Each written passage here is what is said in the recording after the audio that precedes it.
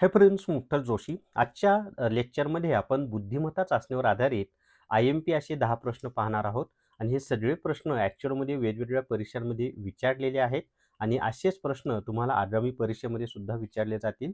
तर ॲडव्हान्स लेव्हलचे प्रश्न आहेत, पण अतिशय शॉर्टकट पद्धतीनं कोणताही फॉर्म्युलाचा वापर न करता या प्रश्नांची उत्तरं आपण पाहणार आहोत. तर अतिशय महत्त्वाचा असा व्हिडिओ आहे. व्हिडिओ शेवटपर्यंत पहा आणि हा व्हिडिओ कुणासाठी महत्त्वाचा आहे? तर चौकीदार, कामगार विभाग, वनरक्षक, तलाठी यासाठी हा व्हिडिओ महत्त्वाचा आहे. तर व्हिडिओ शेवटपर्यंत पहा. या व्हिडिओला सर्वांनी लाईक करा, शेअर करा आणि विठ्ठल जोशी जे आपले यूट्यूब चॅनल आहे ते सबस्क्राईब करा. तसंच जर तुम्हाला आदिवासी विभागामधील चौकीदार पदासाठी रेकॉर्डेड व्हिडिओ कोर्स विकत घ्यायचा असेल तर प्ले स्टोअरवरून विठ्ठल जोशी ॲप डाउनलोड करा आणि आदिवासी विभाग चौकीदार रेकॉर्डेड व्हिडिओ कोर्स विकत घ्या. याच्यामध्ये सामान्य ज्ञान, बुद्धिमत्ता चाचणी, मराठी व्याकरण, इंग्लिश ग्रामर यांचे रेकॉर्डेड व्हिडिओ दिलेले आहेत आणि संपूर्ण सिलेबस यामधनं तुमचा कव्हर होईल. परीक्षेत ज्या पद्धतीचे प्रश्न विचारले जाणार आहेत ते सगळे यामध्ये छानपैकी शिकवलेलं आहे आणि फी फक्त 500 प्लस GST आहे. चला तर मग आता पहिला प्रश्न आपण पाहूयात.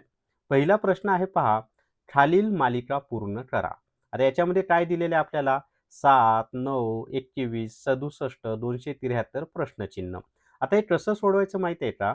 तर 7 आणि 9चा संबंध कसा आहे माहिती आहे? तर 7 गुणिले 1 अधिक 2 जर आपण केलं तर ते 9 येतं पहा. 9 आणि 21चा संबंध असा आहे 9 गुणिले 2 अधिक 3. मग 9 दोन्ही 18 आणि 3 21 येतं. 21 आणि 67चा संबंध पहा. 21 गुणिले 3 अधिक 4 जर आपण केलं तर 21 3 63, 63 आणि 4 67. मग पुढे 67 आणि 273चा संबंध 67 गुणिले 4 अधिक 5 जर केलं तर ते 273 आलं. मग आता तुमच्या लक्षात येते का की पुढे काय करावं लागेल आपल्याला? 273 गुणिले आता इथं पहा 1 2 3 4 आहे की नाही, मग पुढे 5 ने गुणावं लागेल अधिक इथं 2 3 4 5 आहे की नाही, मग पुढे 6 अधिक करावं लागतील. मग हे जर आपण सोडवलं तर 5 त्रिक 15शी 5 हातचा आला 1, 5 सत 35 आणि 1 36ला 6 हातचे आले 3, 5 दोन्ही 10 आणि 3 13, 1365 अधिक 6 आपल्याला करावं लागेल. मग आता हे जर मिळवले तर 6 आणि 5 1801 हातचा आला 1. आता इथं पहा एकच स्थानी 1 या एकाच ठिकाणी आहे म्हणजे हेच तुमचं उत्तर येते. तरी आपण बाकी पाहूयात. 6 आणि 5 1801 हातचा आलाय 6 आणि 1 7 आणि हे 13 आहे तसे लिहा. तर 1371 हे आपलं उत्तर आलेलं आहे. तर अतिशय शॉर्ट म्हणजे सोप्या पद्धतीनं मी तुम्हाला सांगितलेलं आहे. काय लॉजिक आहे? 1371 हे आपलं उत्तर आहे. व्हिडिओला सर्वांनी लाईक करा. पुढचा प्रश्न आहे, जर एका सांकेतिक भाषेत ROBUST हा शब्द QNATRS असा लिहिला जातो तर त्याच भाषेत ZBLVDK हा संकेत कोणत्या शब्दासाठी वापरला गेला असेल? आता इथे पहा आपल्याला काय दिलेलं आहे की ROBUST साठी काय वापरलं जातं? तर या ठिकाणी ROBUST साठी QNATRS वापरलेलं आहे. म्हणजे Qच्या आधी काय येते? R येते, Nच्या आधी O, Aच्या आधी B, त्याच्यानंतर Tच्या आधी S आणि ST. लक्षात आले तुमच्या सर्वांच्या? सॉरी, Qच्या नंतर R, सॉरी Qच्या नंतर काय येते? R येते, Nच्या नंतर O येते, Aच्या नंतर B येते, R त्याच्यानंतर आरच्या नंतर यश येते आणि यशच्या नंतर टी. मग तेच आपल्याला या ठिकाणी करावं लागेल. झेड बी एल व्ही डी आणि के. आता हे कसं होणार आहे पहा. झेडच्या नंतर ए येते, बीच्या नंतर सी येते, एलच्या नंतर के येतं, व्हीच्या नंतर काय येणार आहे? यू व्ही डब्ल्यू येणार आहे. त्याच्यानंतर डीच्या नंतर A B C D E येणार आहे पहा आणि केच्या नंतर आहे के एल म्हणजे ACKWEL येणार आहे. तर डी हे त्याचं उत्तर आहे. लॉजिक तुमच्या लक्षात आले की क्यूच्या नंतर आर, एनच्या नंतर ओ, एच्या नंतर बी. त्याच पद्धतीनं ZBLVDK मध्ये आपण सिक्वेन्स लावलेला आहे. ठीक आहे. चला पुढचा प्रश्न आहे, एका फोटोतील व्यक्तीकडे बोट दाखवून अनिकेत म्हणाला, या व्यक्तीच्या एकमेव भावाचा मुलगा हा माझ्या पत्नीच्या भावाचा चुलत भाऊ आहे, तर फोटोतील ती व्यक्ती अनिकेतची कोण असू शकते? आता इथं लक्षात ठेवा, या व्यक्तीच्या म्हणजे तो व्यक्ती कोण आहे आपल्याला माहिती नाही. या व्यक्तीच्या एकमेव भावाचा मुलगा हा माझ्या पत्नीच्या भावाचा चुलत भाऊ आहे. पत्नीचा कोण आहे? चुलत भाऊ आहे. आता एक लक्षात ठेवा, चुलत भाऊ म्हणजे कोण असतो? चुलत्याचा मुलगा. मग इथं आपण समजा पत्नी गृहीत धरूयात आणि चुलता कोण असतो? तर वडिलांचा भाऊ असतो. मग हे झाले पत्नीचे वडील. या वडिलांचा भाऊ म्हणजे तो कोण झाला? त्या पत्नीचा कोण झाला? चुलता झाला. आणि या चुलताचा जो मुलगा आहे, मुलगा, तो या पत्नीचा कोण झाला? चुलत भाऊ झाला. लक्षात आले तुमच्या सर्वांच्या? म्हणजेच ती जी कोणती व्यक्ती आहे ती या पत्नीची वडील आहे की नाही? मग पत्नीचे वडील कोण असतात? सासरे असतात. तर बी हे त्याचं उत्तर आहे, की त्या सासऱ्याचा एकमेव भावाचा मुलगा हा पत्नीचा भावाचा कोण झाला? चुलत भाऊ झाला. तर सासरे हे त्याचं उत्तर आहे. सोपं होतं. चला त्याच्या पुढे पहा. जर तुम्हाला कामगार आयुक्तालयासाठी रेकॉर्डेड व्हिडिओ कोर्स घ्यायचा असेल तर प्ले स्टोअरवरून विठ्ठल जोशी ॲप डाउनलोड करा आणि कामगार आयुक्तालय रेकॉर्डेड व्हिडिओ कोर्स विकत घ्या. TCS पॅटर्ननुसार संपूर्ण अभ्यासक्रम यामधनं तुमचा कव्हर होणार आहे. खास करून कामगार कायदे याच्यामध्ये आता आजपासून रोजच्या रोज यायला सुरुवात होतील. काही दिलेली आहे माहिती, पण व्हिडिओ आजपासून यायला सुरुवात होईल आणि संपूर्ण सिलेबस म्हणजे कामगार कायद्याचे जे 40 प्रश्न आहेत ते कव्हर होतील अशा पद्धतीनं त्याची तयारी करून घेतली जाईल.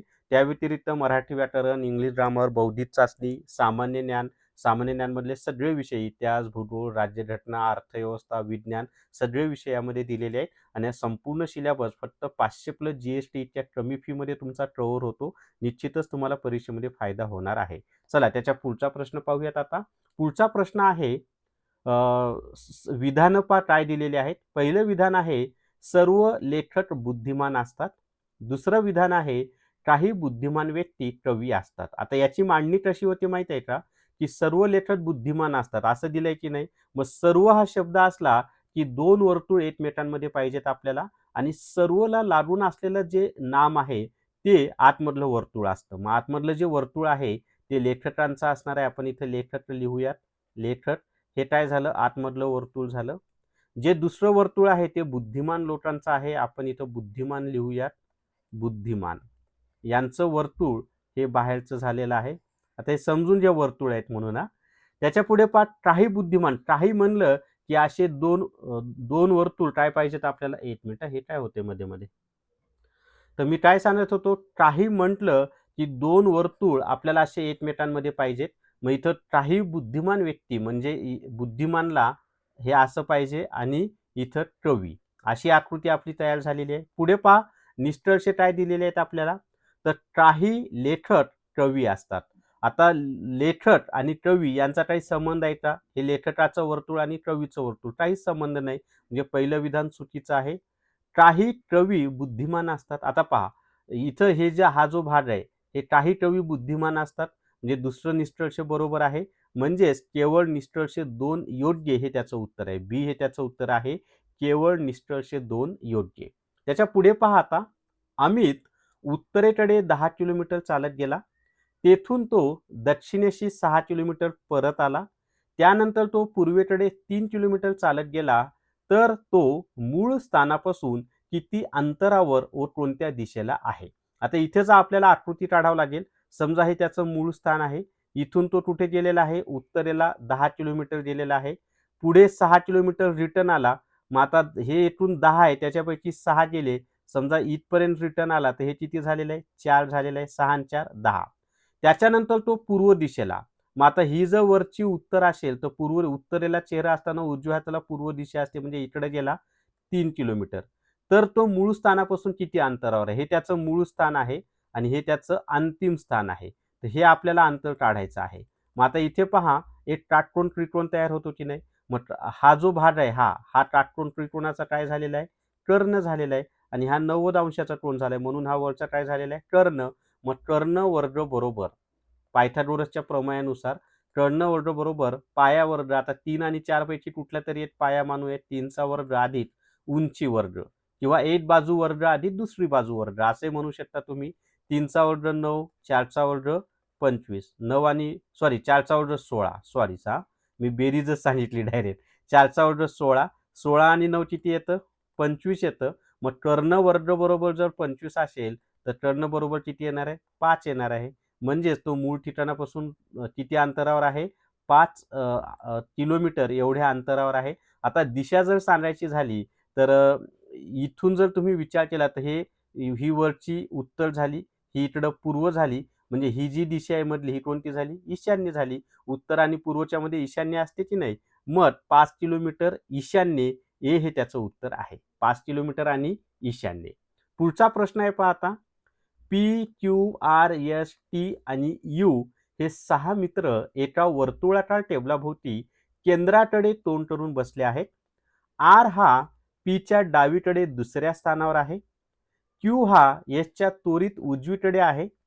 यू हा पी आणि एसच्या मध्ये बसला आहे. तर क्यूच्या डावीकडे दुसऱ्या स्थानावर कोण बसले आहे? आता काय करा, दोन म्हणजे वर्तुळ काढू आपण.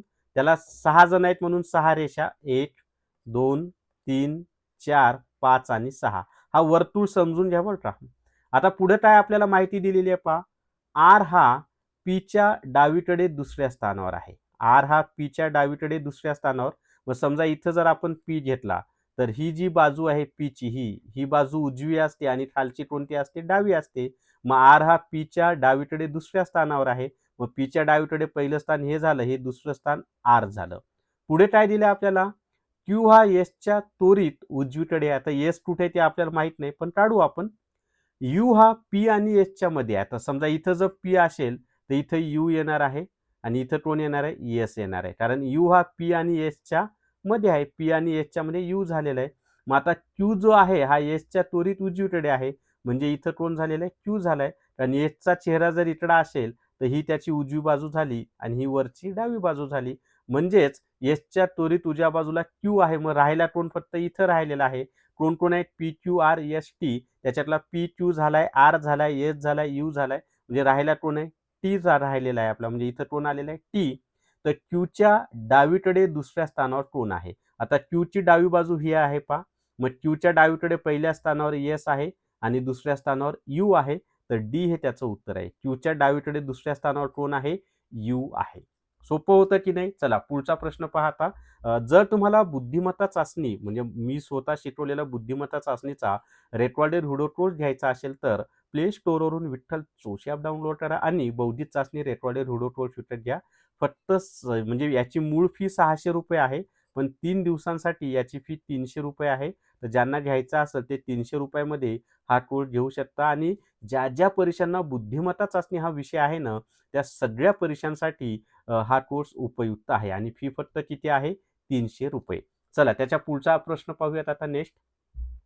दुपारी 3:40 घड्याळाचा तास काटा व मिनिट काटा यांच्यात किती अंशाचा कोन असेल? आता इथे पहा 3:40 दिलेत आपल्याला. समजा हे घड्याळ आहे. आता इथं 1 म्हणजे 12, 1, 2, 3, 4, 5, 6, 7, 8, 9, 10, 11. आता 3:40 जो तास काटा असणार आहे तो किती वेळ असणार आहे? 8 वर असणार आहे. 40 मिनिटांना 8 वर असतो ना. आणि जो मिनिट आपलं मिनिट काटा 8 वर असणार आहे. मी चुकून तास काटा बोललो. मिनिट काटा 8 वर असणार आहे आणि तास काटा 3च्या आणि 4च्या मध्ये कुठेतरी असणार आहे. आता इथं लक्षात ठेवा 3 पासून 8 पर्यंत हे 3 आहेत आणि हे 8 आहेत. हा जो 1 आहे हा 30 अंशाचा असतो. मग 1, 2, 3, 4, 5 म्हणजे 5 गुणिले 30 जर आपण केलं तर ते किती झालं? 150 अंश झाले. परंतु 150 अंश उत्तर नाही बरं का. कारण आपण हे 3 पासून मोजलेलं आहे. पण तास काटा 3च्या पुढे गेलेला आहे. मग 40 मिनिटात कितीनं पुढे जाईल हे काढण्यासाठी दिलेल्या मिनिटाला 2 ने भाग दिला की तास काटा कितीने पुढे गेला हे कळतं. मग 40 भागिले 2 केलं तर 20 आलं. आता हे 3 पासून 8 पर्यंत 150 आलंय.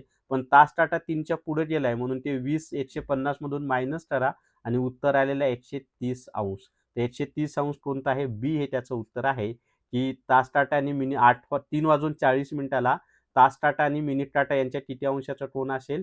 130 अंशाचा कोन असेल. व्हिडिओला सर्वांनी लाईक करा. कमीत कमी 500 लाईक आले पाहिजे. जर एखाद्या लीप वर्षाचा पहिला दिवस म्हणजे 1 जानेवारी रविवार असेल तर त्या वर्षातील एकूण रविवारांची संख्या किती असेल? आता एक लक्षात ठेवा, लीप वर्ष असेल तर लीप वर्षामध्ये 1 जानेवारी आणि 2 जानेवारीला या 2 दिवशी आलेले जे दिवस असतात ना, ते त्या संपूर्ण वर्षामध्ये 53 वेळा आलेले असतात आणि इतर दिवस 52 वेळा आलेले असतात. आणि सामान्य वर्षामध्ये फक्त 1 जानेवारीचा जो दिवस आहे तो 53 वेळा आलेला असतो. समजले? आणि बाकीचे दिवस 52 वेळा आलेले आहेत. तर रविवार हा त्या वर्षात किती वेळा आलेला असणार आहे? 53 वेळा आलेला असणार आहे. सी हे त्याचं उत्तर आहे. चला पुढचा प्रश्न आहे आता. आणि अजून एक तुम्हाला नियम सांगतो. सामान्य वर्षामध्ये 1 जानेवारीला जो दिवस असतो ना, तोच दिवस त्याच वर्षी 31 डिसेंबरला असतो आणि लीप वर्षामध्ये 2 जानेवारीला जो दिवस असतो, तोच दिवस त्याच वर्षी 31 डिसेंबरला असतो. 9वा प्रश्न पहा. ए, बी, सी, डी आणि ई या 5 मित्रांमध्ये सी हा केवळ एका व्यक्तीपेक्षा उंच आहे. हे लक्षात ठेवा हां, खूप महत्त्वाचं आहे. सी हा केवळ एका व्यक्तीपेक्षा उंच आहे. ई हा बी पेक्षा उंच आहे. ई कसा आहे? बी पेक्षा उंच आहे, पण ए पेक्षा लहान आहे. ई हा बी पेक्षा इथं लिहूयात आपण. ई हा बी पेक्षा उंच आहे, परंतु ए पेक्षा कसा आहे? लहान आहे. म्हणजेच ए हा ई पेक्षा कसा झाला? मोठा झाला. डी हा सर्वात उंच नाही. आता इथं काय दिलं आपल्याला? 3 जण झाले आणि सी हा केवळ एकाच व्यक्तीपेक्षा उंच आहे. म्हणजे आपल्याला काय लिहावं लागेल इथं? सी आणि डी हा सर्वात उंच नाही. आता इथं डीच राहिलेला आहे की नाही? मग सर्वात लहान कोण झाला? डी झाला. पहा आता. दिलेलं क्लिअर झाले. ई हा बी पेक्षा उंच आहे. ई हा बी पेक्षा उंच आहे, पण ए पेक्षा लहान आहे, तर ई ए पेक्षा लहान झालेला आहे. सी हा केवळ एकाच व्यक्तीपेक्षा उंच आहे. म्हणजे डी पेक्षा सी कसा झालेला आहे? उंच झालेला आहे आणि डी सर्वात उंच नाही. तर या सर्वांमध्ये सर्वात लहान कोण आहे? तर डी आहे. मग कोणतं उत्तर आहे? बी हे त्याचं उत्तर आहे. डी हा कसा आहे? सर्वात लहान आहे. एका विमानामध्ये पुढचा प्रश्न पहा आता नेक्स्ट. पुढचा प्रश्न आहे. एका विमानामध्ये सत 1 मिनिट हे काय होतंय? एका विमानामध्ये 70 प्रवाशांपैकी 50 जणांना एका विमानामध्ये 70 प्रवाशांपैकी 50 जणांना इंग्रजी बोलता येते, 30 जणांना फ्रेंच बोलता येते आणि 15 जणांना दोन्ही भाषा बोलता येतात. तर किती प्रवाशांना दोन्हीपैकी एकही भाषा बोलता येत नाही? आता सर्वात आधी एका विमानामध्ये किती प्रवासी आहेत? 70 प्रवासी आहेत आणि त्यापैकी 50 जणांना इंग्रजी बोलता येते, 30 जणांना फ्रेंच बोलता येते आणि 15 जणांना दोन्ही भाषा बोलता येतात. तर किती प्रवाशांना दोन्हीपैकी एकही भाषा बोलता येत नाही? आता एक लक्षात ठेवा, 50 जण इंग्रजी बोलतात, पण त्यापैकी 15 जण असे आहेत, की जे इंग्रजी पण बोलतात आणि फ्रेंच पण बोलतात. मग फक्त इंग्रजी बोलणाऱ्यांची संख्या कशी काढायची? तर 50 हे इंग्रजी बोलणारे त्याच्यापैकी 15 जण 2 भाषा बोलतात. फ्रेंच आणि इंग्रजी. मग फक्त इंग्रजी भाषा बोलणारे किती जण आहेत? 50 वजा 15 केले तर ते झाले 35. तसंच एकूण 30 जण असे आहेत जे फ्रेंच बोलतात. पण त्यापैकी 15 जण असे आहेत 30 पैकी जे फ्रेंच पण बोलतात आणि इंग्रजी पण बोलतात. मग नुसती फ्रेंच भाषा बोलणारी संख्या काढायचं झालं, तर ते झालं 30 वजा 15 ते आलं 15. म्हणजे हे किती झालेले आहेत? हे कोण आहेत? की असे लोकं आहेत की जे फक्त काय करू शकतात? फक्त फ्रेंच भाषा बोलतात. म्हणजे फक्त इंग्रजी भाषा बोलणारे 35 जण आहेत. फक्त फ्रेंच भाषा बोलणारे 15 जण आहेत. आता आपल्याला काय दिलेलं आहे? तर किती प्रवाशांना दोन्हीपैकी एकही भाषा बोलता येत नाही. बोलता येत नाही असं दिलंय. मग फक्त इंग्रजी बोलणारे 35 आहेत. फक्त फ्रेंच बोलणारे 15 जण आहेत आणि या दोन्ही भाषा बोलणारे किती आहेत? 15 जणच आहेत. मग या सर्वांची जर बेरीज केली तर 35 आणि 15 50, 50 आणि 15 65. म्हणजे 65 जण असे आहेत, की कोणती तरी भाषा बोलतात. त्यापैकी 15 जण दोन्ही भाषा बोलतात. 35 जण फक्त इंग्रजी बोलतात. 15 जण फक्त फ्रेंच बोलतात. म्हणजे 65 जण असे आहेत, की दोन्हीपैकी कोणती तरी भाषा येते. तर किती प्रवाशांना दोन्हीपैकी एकही भाषा बोलता येत नाही? मग किती जण आहेत? एकूण 70 जण आहेत. त्या 70 पैकी 65 जणाला कोणती तरी भाषा येते. मग 70 वजा 65 केले तर फक्त 5 जण असे आहेत, की ज्याला एकही भाषा बोलता येत नाही. तर ए हे त्याचं उत्तर आहे. सोपी पद्धत आहे की नाही सोडवण्याची? प्रश्न अवघड आहे, पण सोडवण्याची पद्धत कशी आहे? अतिशय सोपी. तर 5 जण असे आहेत, की ज्यांना एकही भाषा बोलता येत नाही. आणि जर तुम्हाला मी स्वतः लिहिलेले अंकगणित स्पर्धा परीक्षा अंकगणित आणि स्पर्धा परीक्षा बुद्धिमत्ता चाचणी ही पुस्तकं विकत घ्यायची असतील तर मला 8806068618 या WhatsAppच्या नंबरवर मॅथ्स रिझनिंग बुक म्हणून मेसेज करा. फक्त ₹450 ही दोन्ही पुस्तकं तुम्हाला घरपोच मिळतील. पुस्तकाच्या दुकानावर मिळत नाहीत. मी पोस्टाने पाठवत असतो. फक्त ₹450 ही गणित आणि बुद्धिमत्ता चाचणीची दोन्ही पुस्तकं तुम्हाला घरपोच मिळतील आणि सगळ्या स्पर्धा परीक्षांना तुम्हाला याचा फायदा होणार आहे. तर या व्हिडिओमध्ये एवढीच माहिती मित्रांनो. या व्हिडिओला सर्वांनी लाईक करा, शेअर करा आणि विठ्ठल जोशी जे आपलं यूट्यूब चॅनल आहे ते सबस्क्राईब करा. थांबूयात. Thank you very much.